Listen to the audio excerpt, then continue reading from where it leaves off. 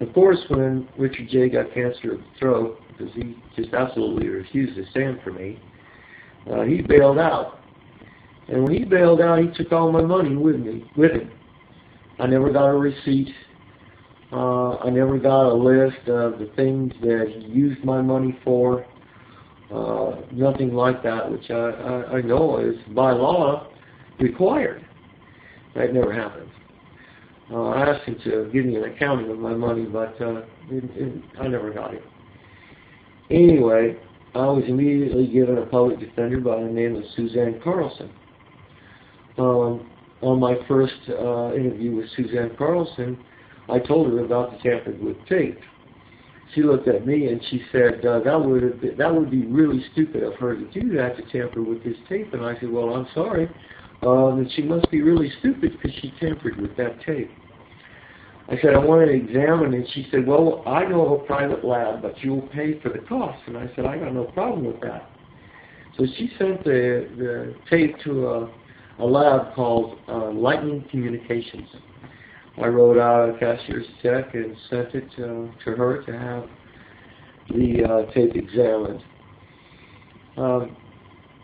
She told me it would only take a couple hours to have it examined. So after she didn't call 2 weeks later, I gave her a call and asked her what was going on, and she said that the guy hadn't gotten back with her yet.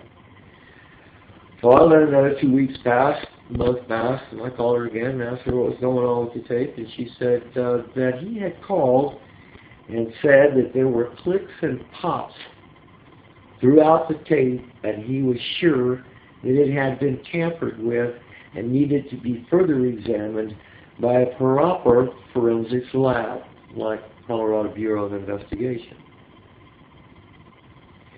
She took this information to the judge. With the judge and the defense, the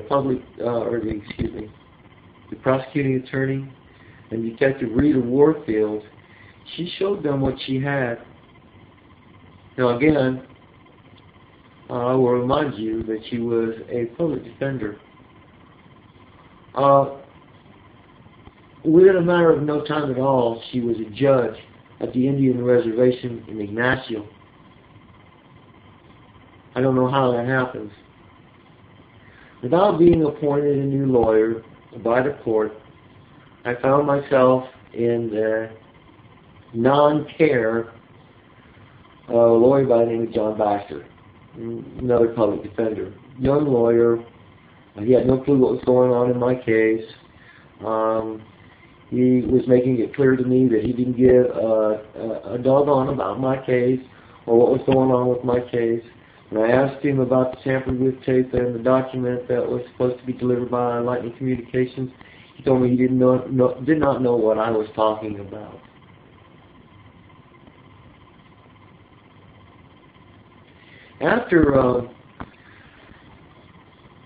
After waiving my right to a speedy trial 6 times because my lawyer said it was necessary for them to find out where this alleged condom came from that said PlaySafe on it. She described the condom silver and black that said a PlaySafe on it.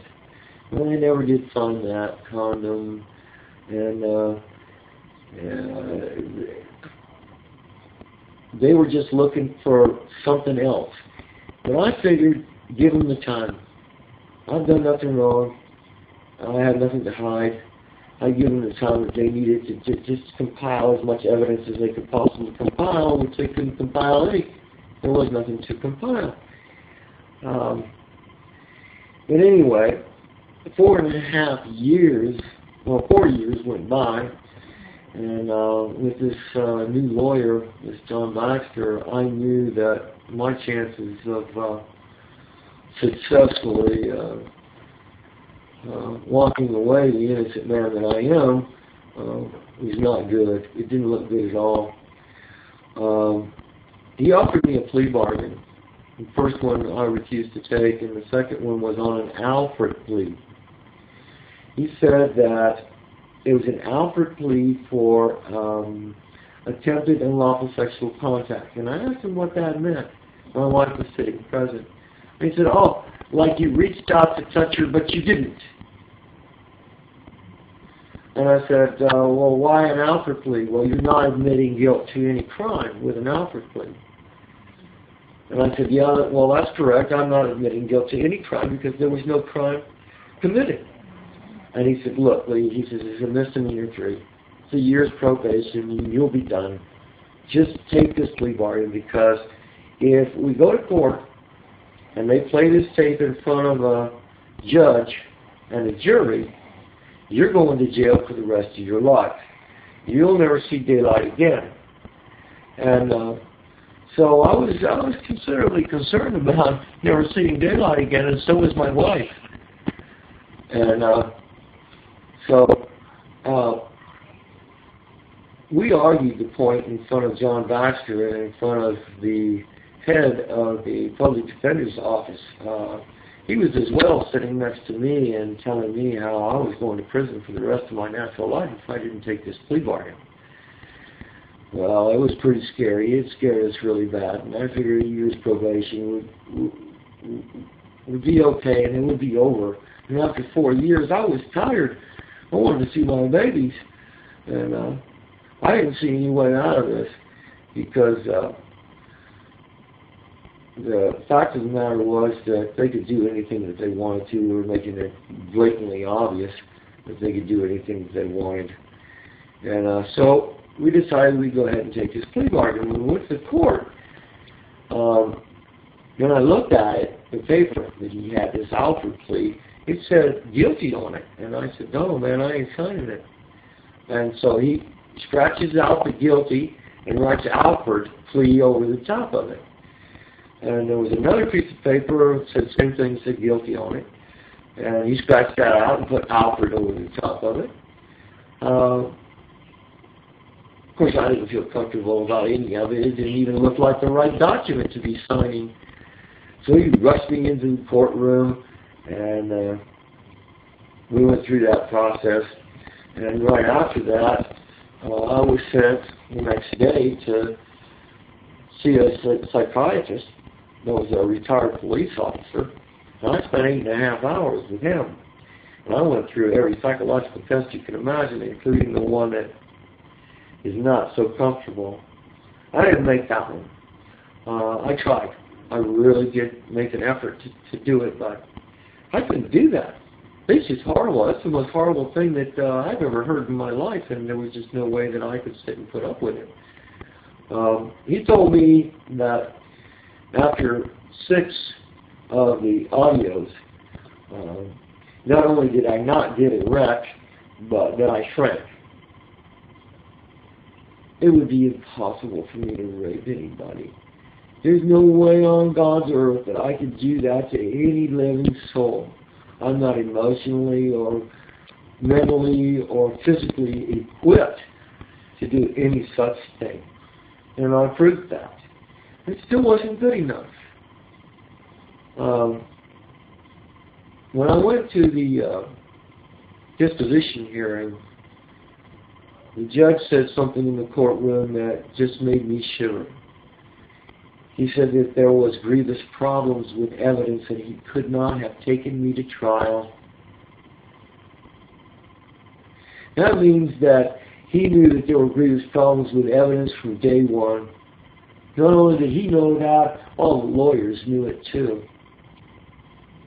And yet they tortured my children and tortured me, took my work away from me and my office away from me, took my money, took my home, took my wife.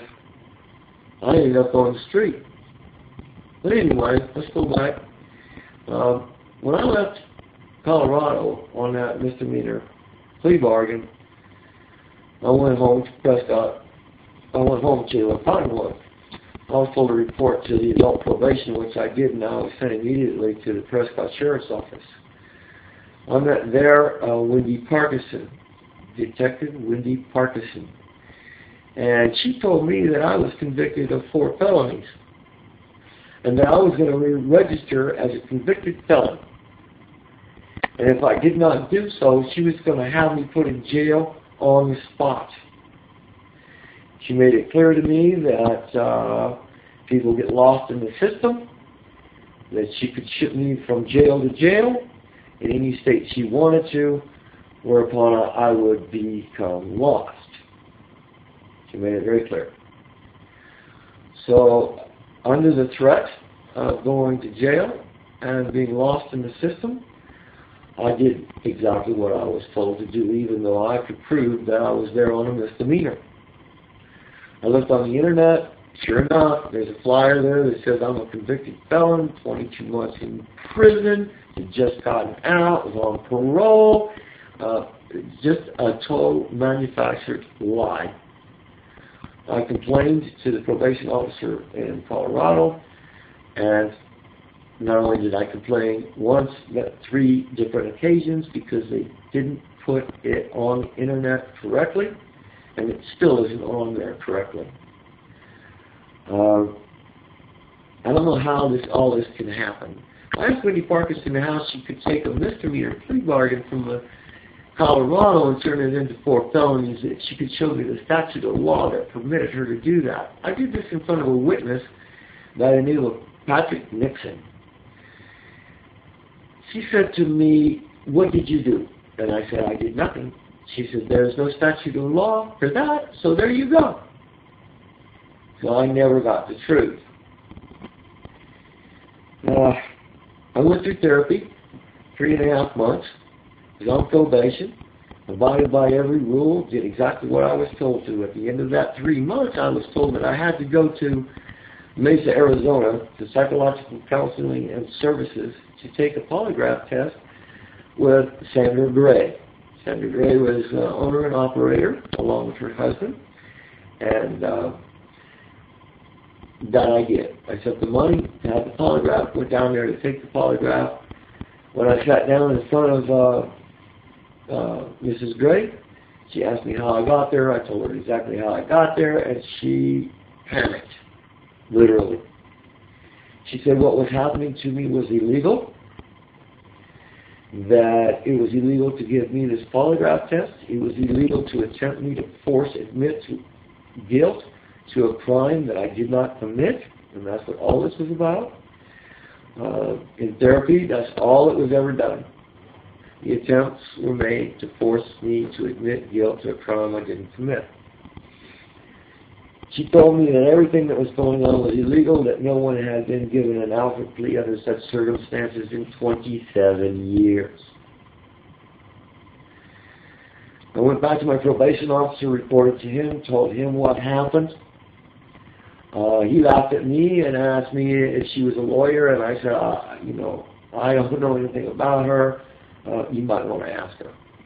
The next day was a Friday. He called me up in the morning. He told me he had good news, that I no longer had to go to therapy, and I no longer had to take the polygraph test.